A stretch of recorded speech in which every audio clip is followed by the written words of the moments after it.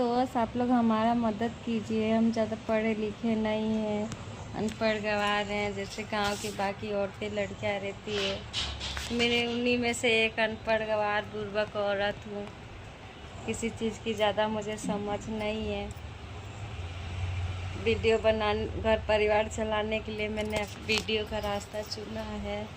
तो आप लोग प्लीज़ एक एक वोट दे के मुझे आगे बढ़ाइए और मेरे वीडियो में सपोर्ट कीजिए।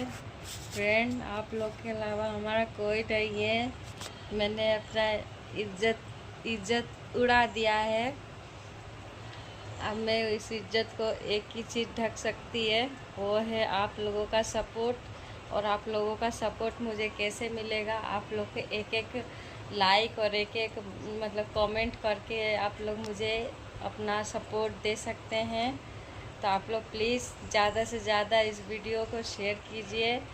मैं एक गरीब फैमिली से हूँ, गरीब माँ बाप है मेरा बाप बकरी चराता है, मेरी माँ लोगों के घर में बर्तन मांज के घर चलाती है। मैं बहुत बड़ी घर से नहीं हूँ दोस्तों, मैं छोटे घर से हूँ। बस मेरी किस्मत बहुत अच्छी हो गई कि मैं बहुत बड़े घर में मेरी शादी हो गई, है ना। अच्छा था कि बड़े घर में शादी हुई। कुछ समय बाद मेरी सास शांत हो गई, उनका किडनी फेल हो गया था। किडनी फेल होने की वजह से वो उनका बच्चेदानी और वो भी ख़राब हो गया, जिसकी वजह से वो शांत हो गई। मेरे 2 देवर थे, है ना। मैं अपने 2 देवर की शादी करी बहुत कम उम्र में दोस्तों, बहुत कम उम्र में। मेरी बचपन में ही मतलब कम उम्र में ही शादी होने की वजह से मैं यहाँ पे आई। उसके 1 साल बाद मतलब मेरा एक पहला बच्चा हुआ।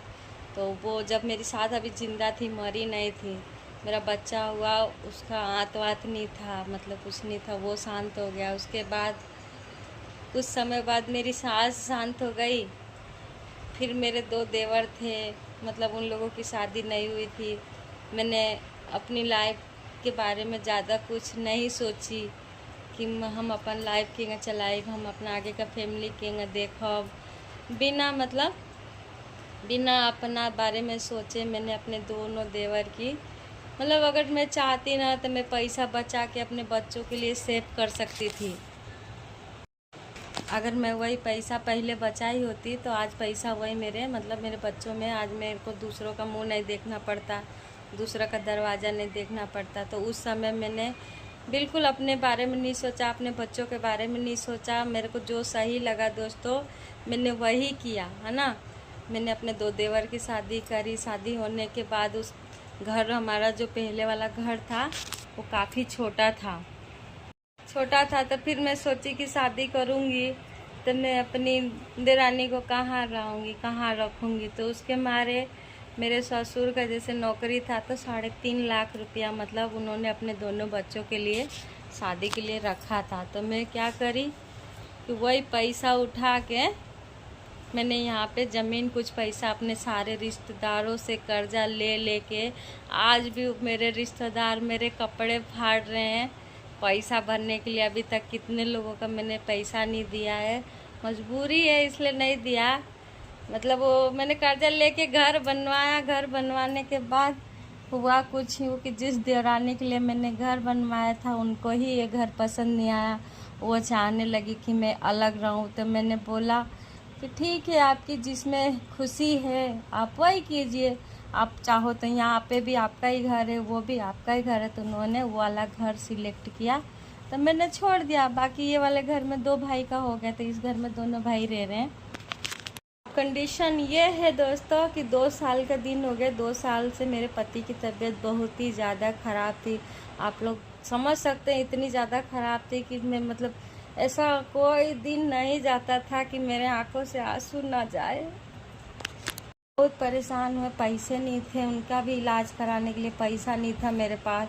मेरे को समझ में नहीं आता था किस, पहले ही घर वर बनवा के और मतलब शादी ब्याह करके मैंने ऑलरेडी सबसे पैसे ले रखे। जब मैंने टाइम से किसी के पैसे ही नहीं दी हूँ तो कौन मुझे वापस पैसा देगा। तो इसलिए कोई मेरे को पैसा भी नहीं देता था। पति के शरीर में सिर्फ 2.5 ml खून था। आप लोग सोचिए 2.5 ml कितना कम होता है। मैं आप लोग को एक एक रिपोर्ट दिखा सकती हूँ मेरे पति का। मैं यहाँ से उनके पास वो आयुष्मान कार्ड अभी जो मोदी सरकार ने बनाया, आयुष्मान कार्ड जिससे 5 लाख तक का मुफ्त इलाज होता है, तो वो वाला कार्ड मैंने मेरे पति का बनवाया। उसके बाद यहाँ से उज्जैन के आगे है देवास, वहाँ पे मतलब वो कार्ड का इस्तेमाल हो रहा था। तो मैं मेरे पति को मतलब वो चलने की कंडीशन में नहीं थे, इतनी बुरी हालत थी उनकी। मैं ना उनको पता है कैसे लेके गई हूँ यहाँ से, मतलब वो पुलिया चढ़ नहीं पा रहे थे, जैसे चढ़ते थे ना तो उनको अंधेरा हो जाता था, तो मैं पटरी के नीचे नीचे से उनको लेके गई हूँ।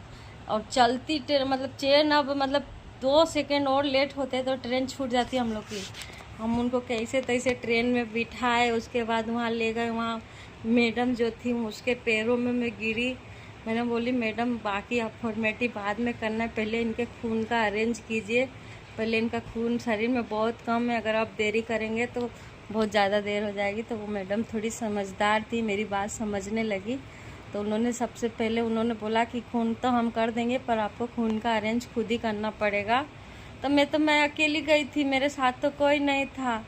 फिर भी मैंने मतलब मेरे पति ने फ़ोन करके जैसे तैसे हमने खून का वहीं से उज्जैन में 1-2 जने से संपर्क किया और खून का अरेंज हुआ। फिर उनको मतलब 5-7 दिन वहाँ पे हम लोग एडमिट रहे। 5-7 दिन के बाद मतलब मैंने सोचा था कि ऑपरेशन कराएंगे, पर मेरा पति ना डर रहा था वहाँ का इलाज देख के।